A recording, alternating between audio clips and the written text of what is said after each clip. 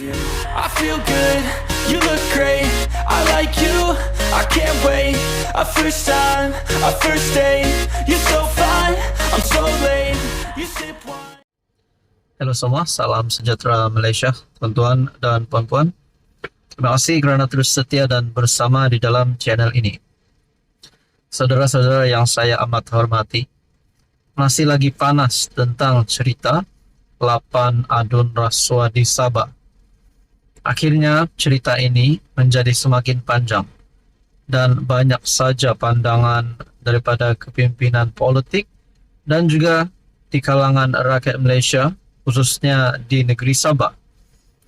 Untuk teman-teman, berkaitan dengan pemberi maklumat itu, berkaitan dengan surat yang diutuskan kepada Anwar dan juga apa pendapat daripada Ketua Polis Negara.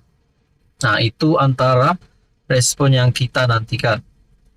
Dalam satu perkongsian daripada bernama.com bertarik 13 November 2024, polis sahkan pemberi maklumat skandal rasuah terima ugutan bunuh. Kenyataan daripada Ketua Polis Negara.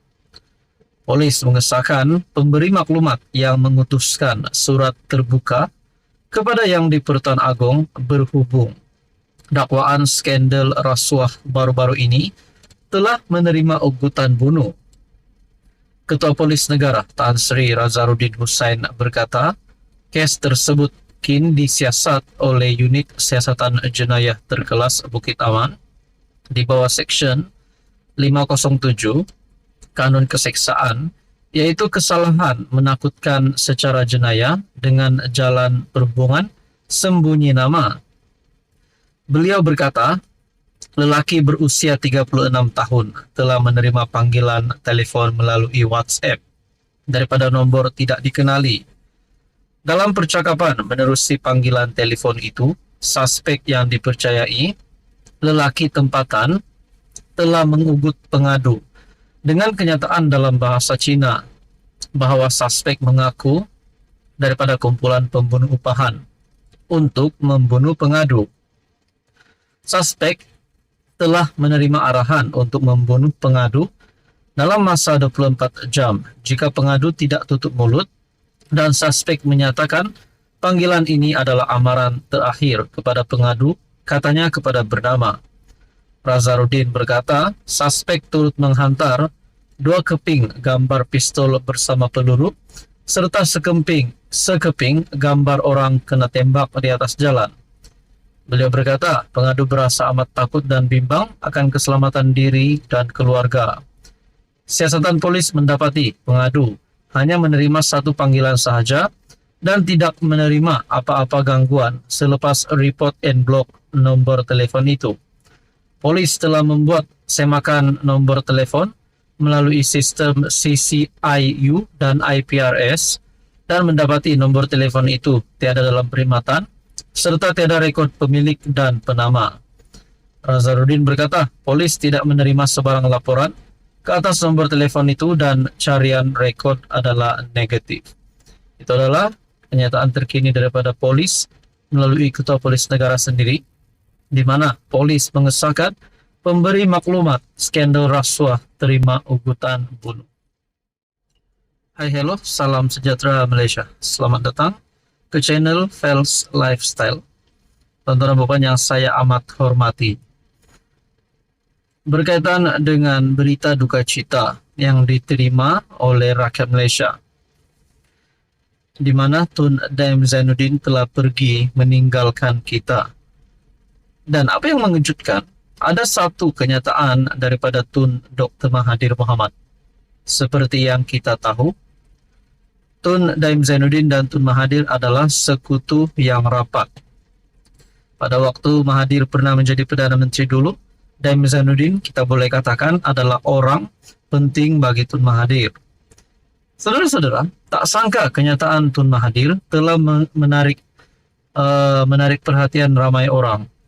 Ini adalah perkongsian daripada Harapan Daily bertarik 14 November. Sampainya hati Tun M Ambil kesempatan fitnah Anwar. Sampai hati Tun Mahathir ambil kesempatan fitnah. Dendam Tun tiada siapa berani melawan. Saya terkejut membaca ulasan Mahathir di atas pemergian Allahyarham Tun Dam Zainuddin. Antara ulasan beliau ialah tanpa sebab, kerana dendam.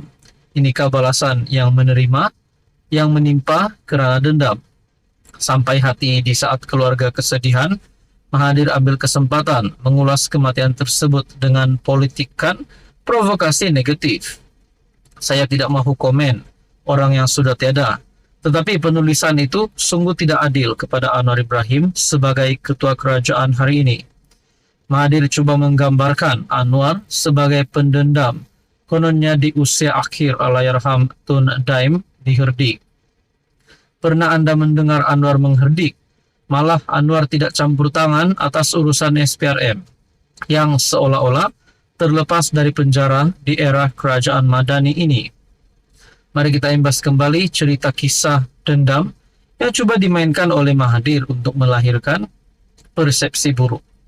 Mahathir ini dalam apa situasi sanggup lakukan apa saja demi memenuhi hawa nafsu.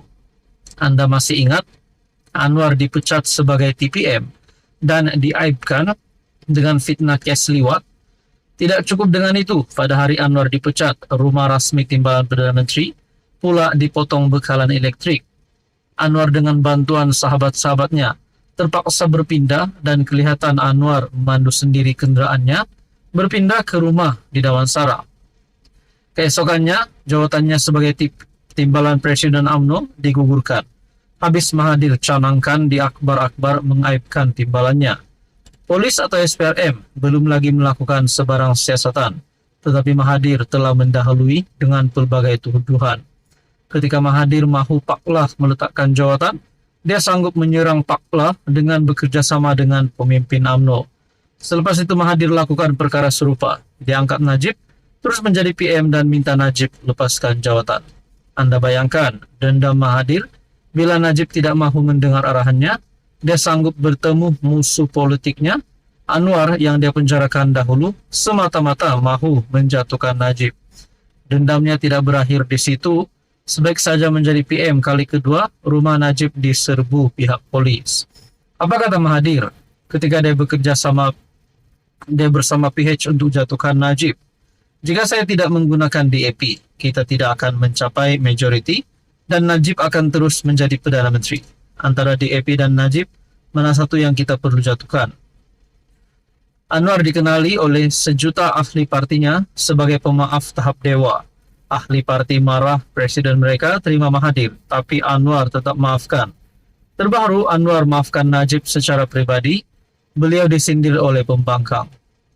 Anwar bukan jenis pendendam, sebab itu kes Mahyadin, Azmin, Hamzah, Wan Saiful, menantu MB Perlis, Anwar Musa masih di peringkat siasatan, sebutan permohonan, semakan, dan lain-lain. Saudara-saudara yang amat dihormati, tuan-tuan dan puan-puan, berkaitan dengan perkongsian ini, Anda boleh lihat di artikel Harapan Daily. Akhir daripada tulisan ini berkata, move on orang Melayu dari terus dimainkan oleh Mahathir. 7 bulan lagi Mahathir akan berusia 100 tahun, dan sikapnya mahu politik tanah air dicaturkan oleh dirinya, tentu ada udang di sebalik batu mengapa dia berbuat demikian. Tuan-tuan, adakah dengan ini Mahathir sudah tidak ada harapan lagi untuk jadi untuk menumbangkan Anwar Ibrahim? Apa komen Anda?